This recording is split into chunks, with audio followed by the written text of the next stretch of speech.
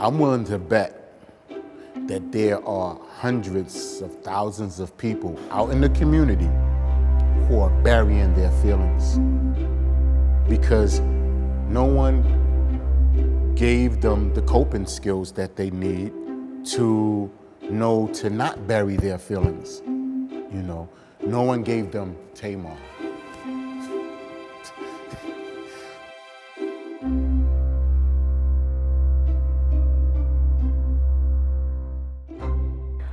TAMAR is a program that recognizes that almost everybody has experienced some level of trauma in their life, and it's giving you the skills on how to address that trauma.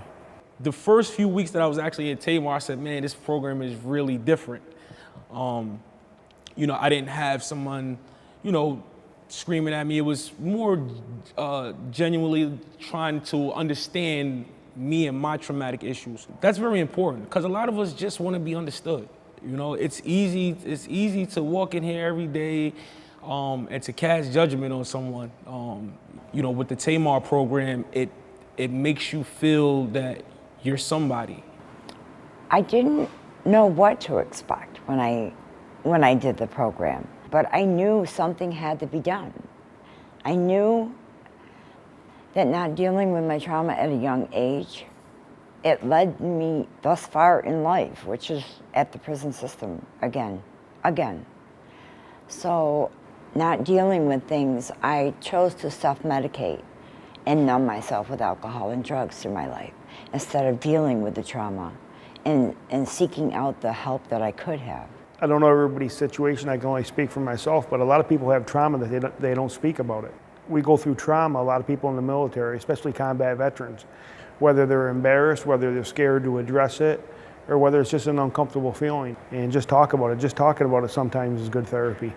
We cover relationships, defining trauma, what are triggers. A lot of participants don't even know what they've experienced as a trauma trigger. The type of area that I came from, you don't really know how to identify with triggers or knowing that you're even in a traumatic situation. So being able to be in this group, I was able to understand it and know that I'm not the only person that's going through it. I didn't know what PTSD was. I just assumed I had to be a veteran. I had to fight in war to suffer from PTSD. However, I realized that trauma comes in all different shapes and forms.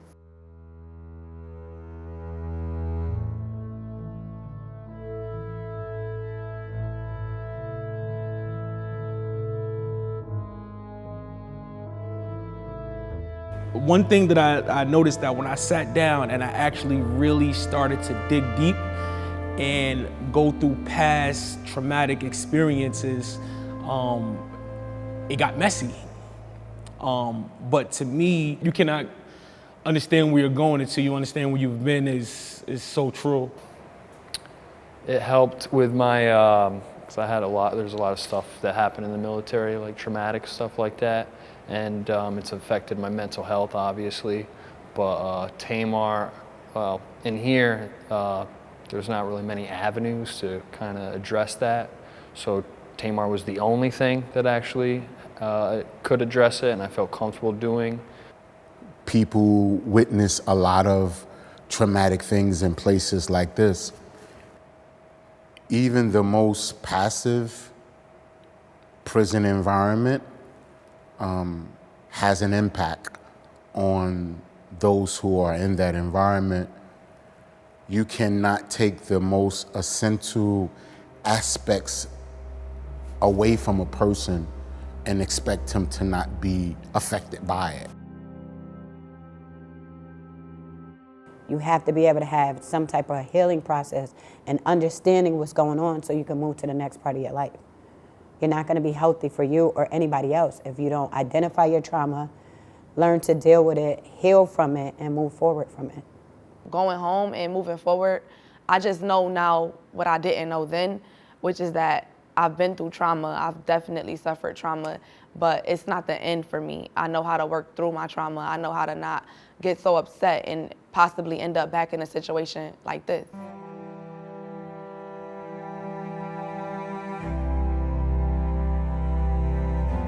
Prior to learning about the TAMAR program, I was always told trauma-informed care. It was just a buzzword, that's all it was. It didn't mean anything. And then once I was introduced to the program and learned about it and started facilitating, it became more than just that buzzword. It actually became something. It became an opportunity for people to really look at themselves and really understand themselves. By addressing those underlying issues, we are again addressing that intergenerational trauma. It's a ripple effect in a community. If an individual experiences trauma, that doesn't just affect that person, that affects a neighbor who may have witnessed it, it affects their children, it affects their coworkers, it affects their friends, spouses. They may not have the same reaction to that trauma, but they do have a reaction to trauma. Every experience that we have, it's like having a brick in a potato sack and you're carrying it on your back. And as you continue going through life and you go through another experience, there's another brick in that potato sack and another brick and before you know it, you're being, worn down and tired and fatigued.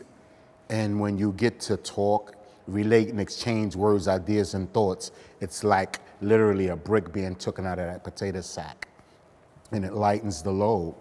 An analogy that I like to think of is if you have a headache and you take an aspirin, that will take care of your headache, correct? If you have a headache every day for 3 weeks, instead of just taking an aspirin, it's probably more important to figure out, why do I have a headache every day and I'm taking aspirin? And it's similar with trauma. You can address substance abuse, you can address anger issues, but until you find out, well, why am I choosing substances? Why am I getting so angry over these situations? The patterns often continue. The traumatic things that lay dormant in us, we don't kind of want to touch. It's yucky, nobody wants to really relive that.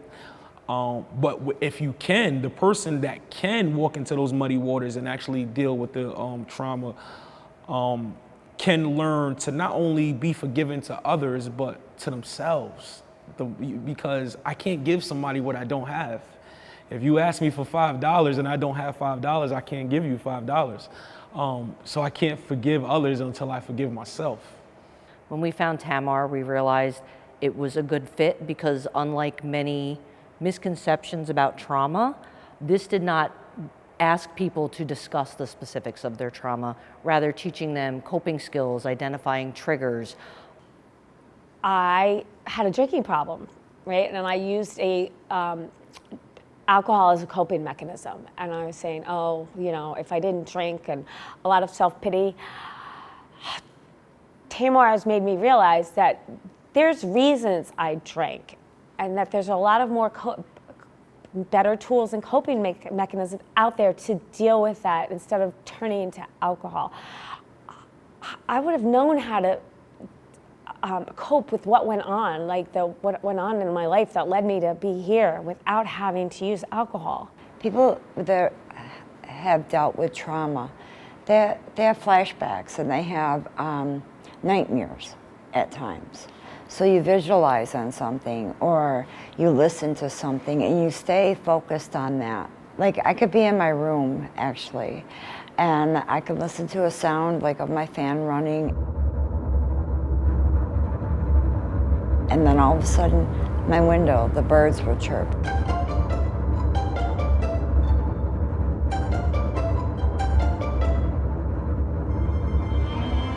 I focus on that.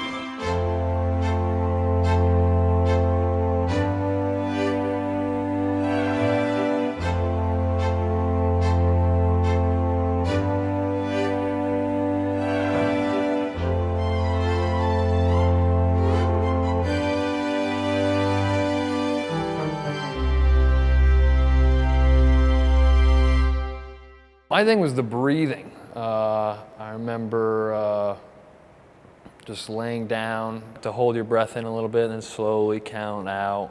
And I remember that would help me get to sleep. But then when you'd run into other situations where sleep's not really an option, still the breathing kind of stuff will help. It's calmed me down. It's definitely calmed me down a lot, just because I know I learned how to be mindful. I've learned that something that would have made me upset a year ago, now if it was to happen, I would understand why it's making me upset. So being in the program taught me how to express my feelings the right way. It's given me the tools I need to know that when I'm having problems, it's all right to go talk to somebody. A lot of times we bottle stuff up inside, and the old saying, pressure breaks pipes. So I feel I have a release valve now. These individuals, majority of the individuals we have incarcerated, will be going back into the community. So by addressing the trauma while we're here, we're helping to make our communities better. If society really want people to stop coming to prison, they should not be closed-minded to trying anything, especially when we live in a society that will take a civilian and turn him into a convict, but refuse to turn that convict back into a civilian. I want to be a citizen again. Please, let me be a citizen again. I just want to do better things in life and help people. My biggest takeaway is it can't hurt. There's nothing wrong, there's nothing bad that's going to happen out of it, no matter what. And even if something does come up that you don't feel comfortable speaking about, or certain triggers, maybe it makes you feel uncomfortable, but it's probably a good thing so that you can address that and maybe know how to tackle that later. It could be beneficial in schools, in all sorts of criminal justice settings, anywhere, because most people have experienced trauma. To what degree, we can't say, but everyone can benefit from learning their triggers and how to deal with them. I feel as though if they offered this program before some of us was incarcerated, maybe none of us would be here. Maybe some of us, if we got this type of group or some type of awareness to trauma, then we would be able to identify our triggers and know that we're in a traumatic situation and how to deal with it. It should go not only into the streets, but into urban communities, specifically disenfranchised communities. They need this information so that they know that they're not out there by themselves. I think everyone could benefit from this program, but definitely the younger community, because a lot of people don't know what trauma is. They don't know that what they see every day can be traumatic and it can affect you in the long run. And I feel like if you catch it early, it can definitely help. Like the youth are our future. And if we could catch them now while they're going through something, then by the time they're my age or older, they know what it is that they're going through. They know how to cope, they know how to manage, and they could become better. This is something like we teach kids algebra. How many people actually use algebra daily? But when you teach a kid trauma, we're all going to experience some form of trauma, how to deal with a trigger, how to deal with life. I feel that if we were to start progressing this forward in society, in community, and making it more mainstream, we would really open the doors and see less of the substance abuse, less aggression, less acting out. I feel a lot more in control of myself, that I'm a voice, not an echo today. I can be a voice and not an echo anymore. I'm glad I took it, and it's unfortunate that it had to be under these circumstances, but everything works out for a reason, so I'm glad I took it. I hope others will take it. I hope it expands across the world, New York State, whatever. I just think it's a good program for people to take. We all have problems, and there's a direct correlation between mental health and addiction. And you don't have to be embarrassed to get the help you need. And I believe that if a lot of people addressed their problems while they were in prison, there wouldn't be such a recidivism rate coming back. I think that this is a great shift in our culture for the New York State Department of Corrections and Community Supervision. We've always been very progressive and kind of had our finger on the pulse of best practices. And I feel this is just another step forward to continue that practice of giving our population what they need. You don't just take a program and your trauma's gone. That's not how trauma works. It's a lifelong process. But the tools that you learn in this program is what can help you to cope with the lifelong process. Just being in the program with my peers where I could say, I've been through this, and then another peer would be like, oh, really? I've been through the same thing, you know? And we could sit and we could talk about it and we could help each other through it. The peer support is amazing. I absolutely loved it. I feel like once you're in that group, you're bonded for the rest of your time that you're incarcerated. You share things in there about your experience, about trauma, about things that happened to you when you was younger. You shared those things with different people. You don't just close that door when the group is over. You know, that bond is there, you know, throughout the rest of your incarceration. There's so many people that, you know, different lives of people that I've never come into contact before being in prison. And I tell you, I've met some of the best people, some of the most insightful people, some of the most helpful people. And now I have a bond with people that I never would have expected. But you know what? Things sometimes happen for a reason. And I joined this group. I have really special bonds with the people I was in it with. And, you know, I'll have that bond forever. I might not see them and stuff, but I'll know that I have that forever. And that they were able to help me go through traumatic times. And I'd be able to come out the other end because of them.